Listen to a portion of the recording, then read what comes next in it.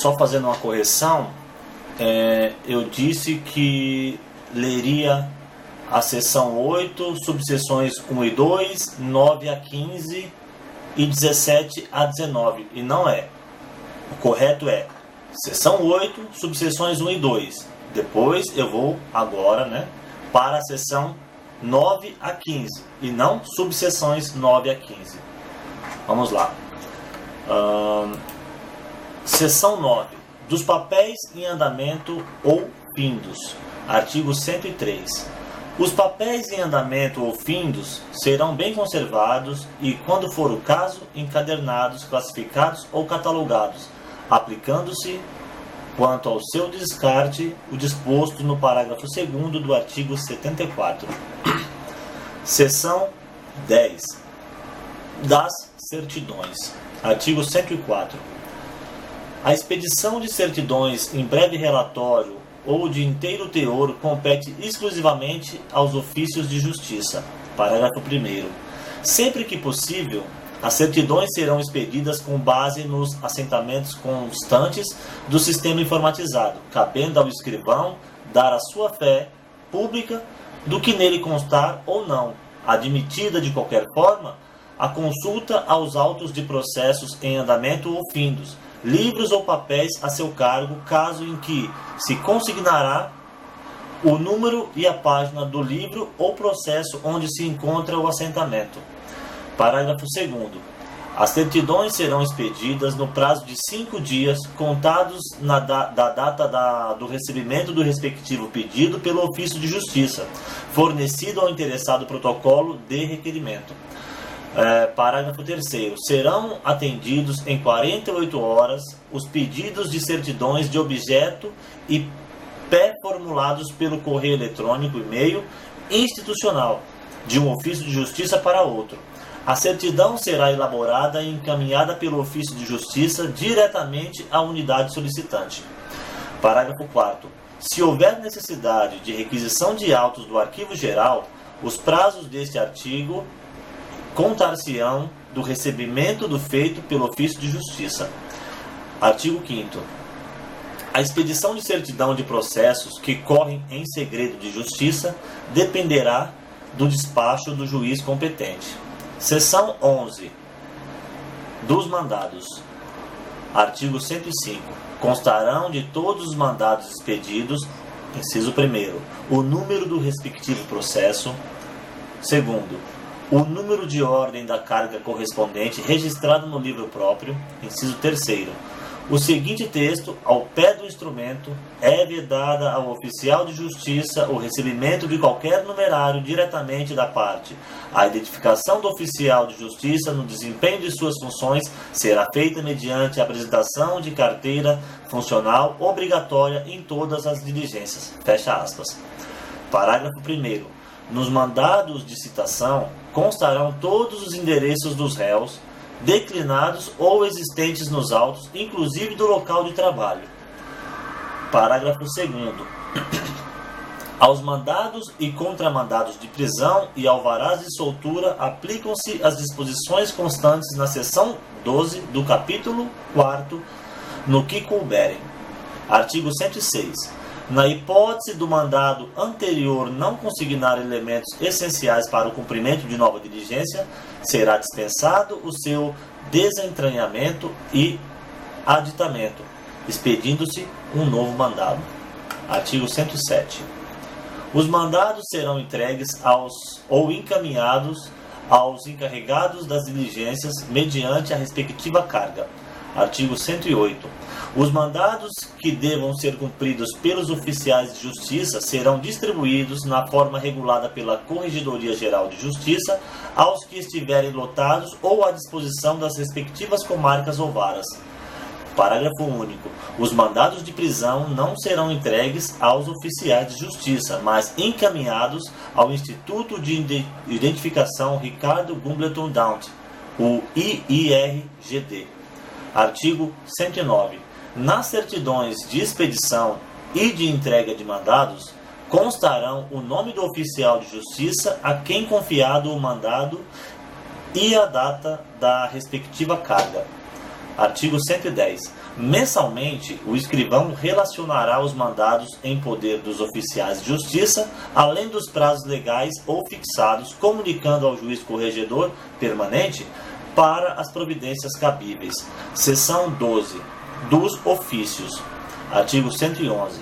A lavratura de ofícios observará as regras de escrituração dispostas na seção 7 do presente capítulo e o seguinte. Inciso 1. Os ofícios extraídos de processos, exceto aqueles destinados a instruir precatórios ou requisições de pequeno valor, serão datados e identificados com o número dos autos respectivos, com numeração sequencial e renovável anualmente. Anexada uma cópia exclusivamente nos autos. Inciso 2. Os ofícios que não se refiram ao feito do próprio ofício de justiça serão numerados sequencialmente em série renovável anualmente de acordo com as respectivas datas de expedição, arquivada uma cópia no classificador próprio. Seção 13. Das comunicações oficiais, transmissão de informações processuais e prática de atos processuais por meio eletrônico. Artigo 112. Ressalvada a utilização dos meios convencionais no caso de indisponibilidade do sistema informatizado e do sistema de malote digital, quando implantado, as comunicações oficiais que transitem entre os ofícios de justiça serão por meio eletrônico, observadas as regras estabelecidas nesta seção. Artigo 113. Serão transmitidas eletronicamente, inciso 1, informações que devam ser prestadas à segunda instância, conforme determinação do relator, inciso 2, ofícios, inciso 3, comunicações, inciso 4, solicitações, inciso 5, pedidos e encaminhamentos de certidões de objeto e pé, certidões criminais e certidões de distribuição. Inciso 6, cartas precatórias nos casos de urgência. Artigo 114. A transmissão eletrônica de informações e documentos será realizada por dirigente, escrivão judicial, chefe de seção e escrevente técnico judiciário, o que eu vou ser. Artigo 115. O remetente da comunicação eletrônica deverá, inciso 1, utilizar seu correio eletrônico e-mail institucional e não o da unidade em que lotado para enviar a mensagem. Inciso 2, preencher o campo para com o endereço eletrônico da unidade destinatária e o campo assunto com o número do processo e a especificação de uma hipótese do artigo 113. Inciso 3.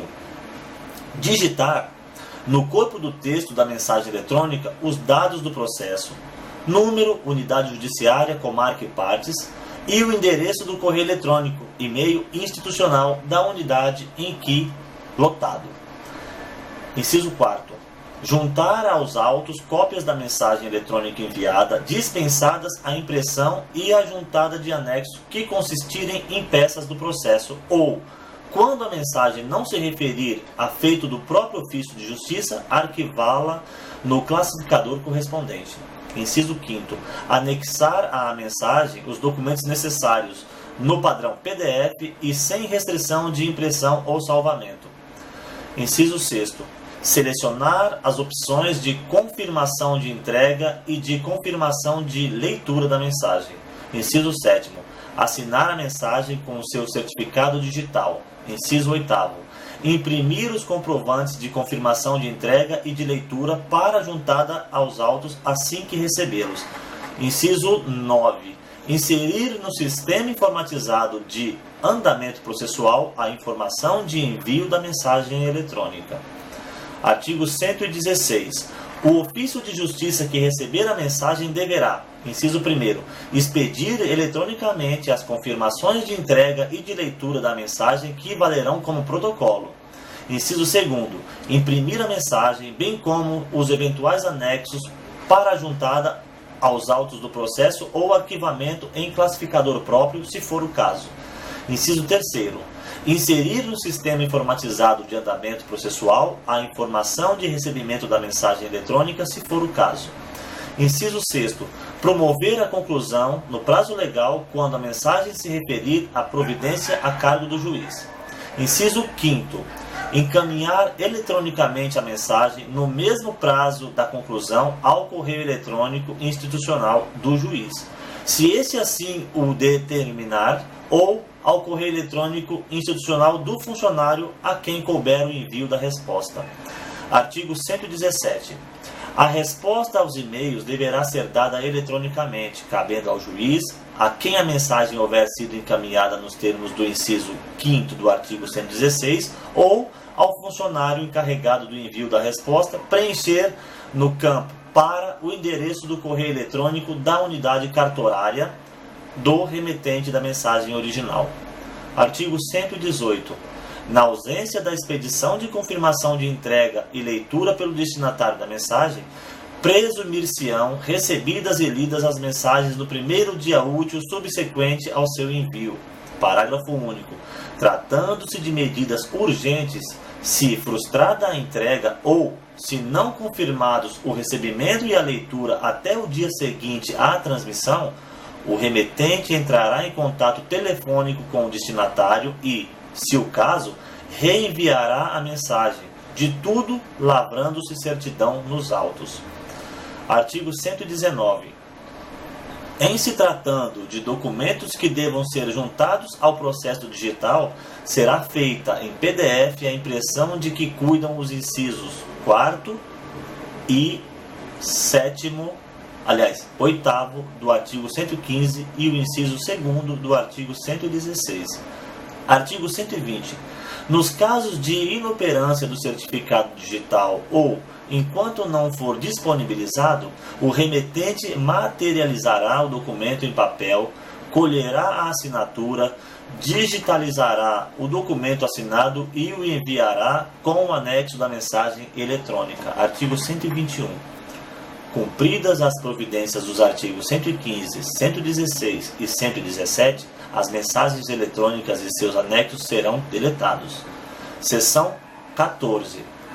Das cartas precatórias e rogatórias. Artigo 122. A carta precatória será confeccionada em 3 vias, servindo uma delas de contrafé.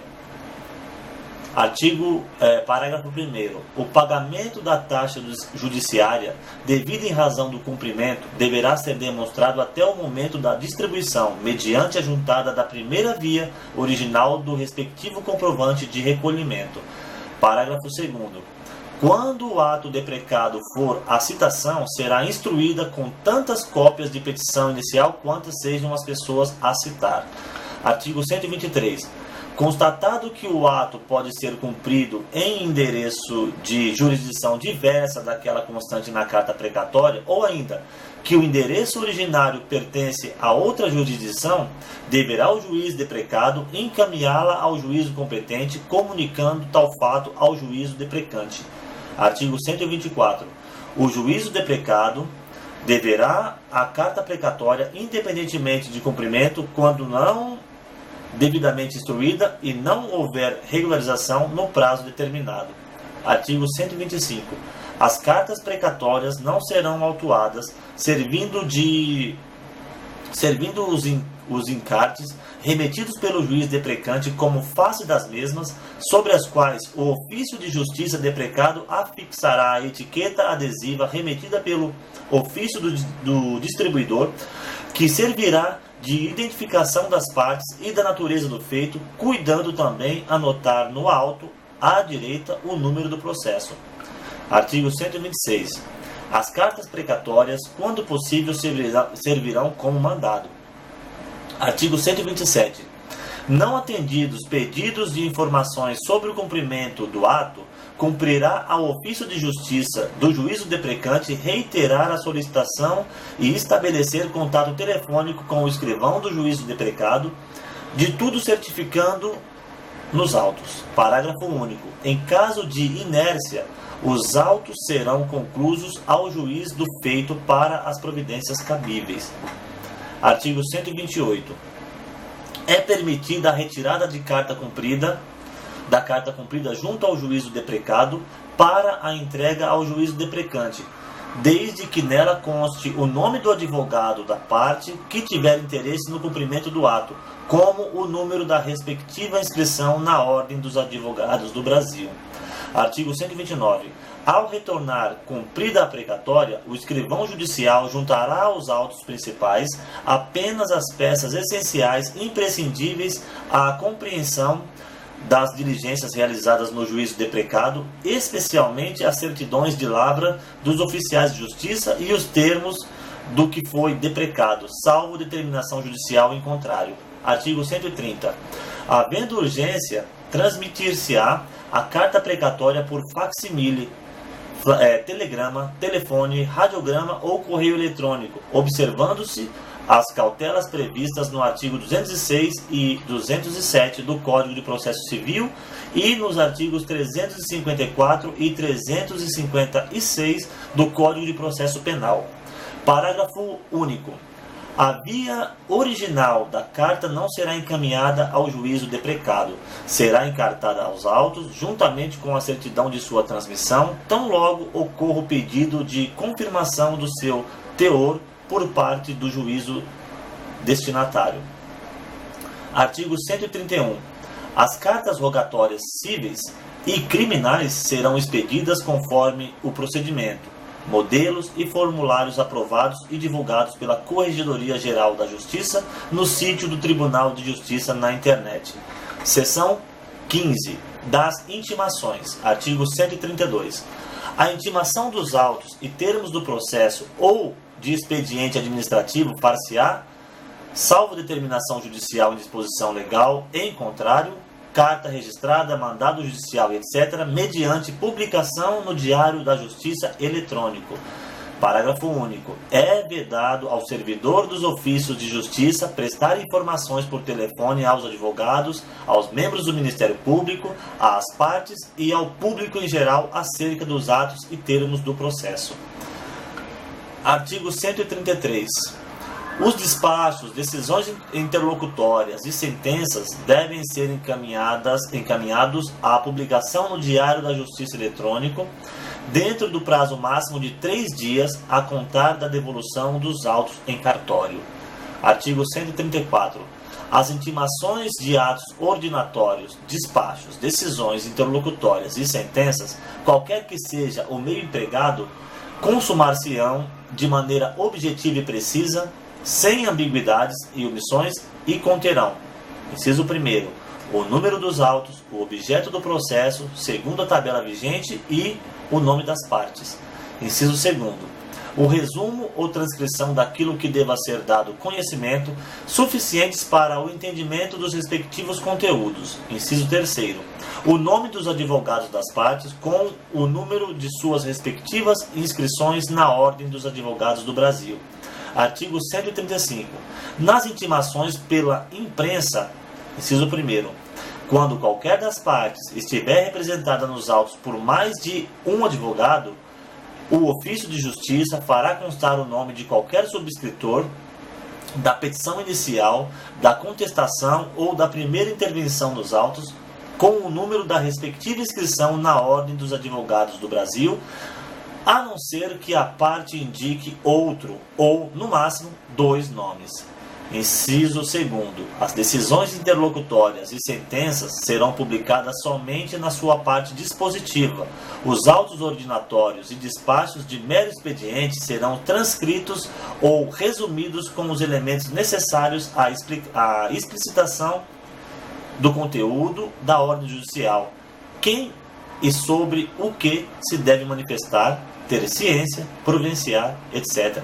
Parágrafo único. Será publicada apenas a parte dispositiva das decisões proferidas em procedimentos de natureza disciplinar ou em processos de dúvida, podendo o Corregedor-Geral da Justiça, se entender necessário, determinar a sua publicação integral após o trânsito em julgado. Artigo 136. A publicação omissa em relação aos requisitos constantes do artigo 134 e 135 e que cause efetivo prejuízo a qualquer das partes será considerada nula. Artigo 137. Quando ocorrer erro ou omissão de elemento indispensável na publicação, independentemente de despacho ou de reclamação da parte, proceder-se-á imediatamente à retificação e à nova publicação, encartando-se os autos